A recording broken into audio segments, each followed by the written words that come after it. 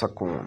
کسی زمانے میں ایک بادشاہ تھا جسے پینٹنگز کا بہت شوق تھا۔ ایک دن اس نے اعلان کیا کہ جو کوئی بھی امن اور سکون کی بہترین تصویر بنائے گا اسے بھاری انعام دیا جائے گا۔ کئی مصوروں نے اپنی فنکاری دکھائی۔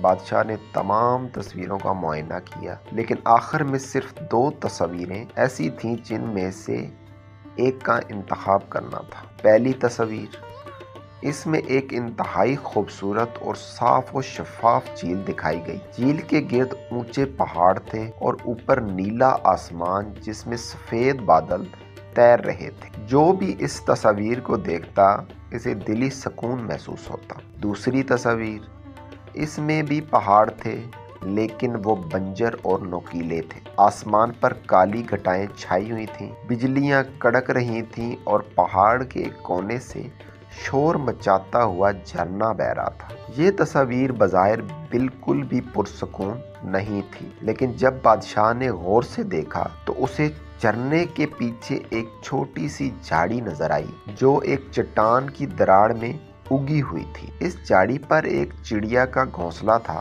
جہاں وہ ننھی چڑیا اس طوفان اور شور کے بیچ نہایت اطمینان سے بیٹھی تھی۔ بادشاہ نے دوسری تصویر کو انعام کے لیے منتخب کر دیا۔ لوگ حیران ہوئے اور پوچھا، عالی جاں، پہلی تصویر اتنی خوبصورت اور پرسکون تھی، آپ نے اس شور شرابے والی تصویر کو کیوں چنا؟ بادشاہ نے مسکرا کر جواب دیا، امن کا مطلب یہ نہیں کہ آپ ایسی جگہ ہوں جہاں شور نہ ہو، کوئی مشکل نہ ہو یا محنت نہ کرنی پڑے، بلکہ حقیقی امن یہ ہے کہ آپ طوفانوں اور مشکلات کے بیچ ہوں، پھر بھی آپ کا دل اندر سے پرسکون ہو۔ ہماری زندگی میں اصل سکون حالات کے بدلنے میں نہیں بلکہ اپنے اندر کے اطمینان میں چھپا ہوتا ہے۔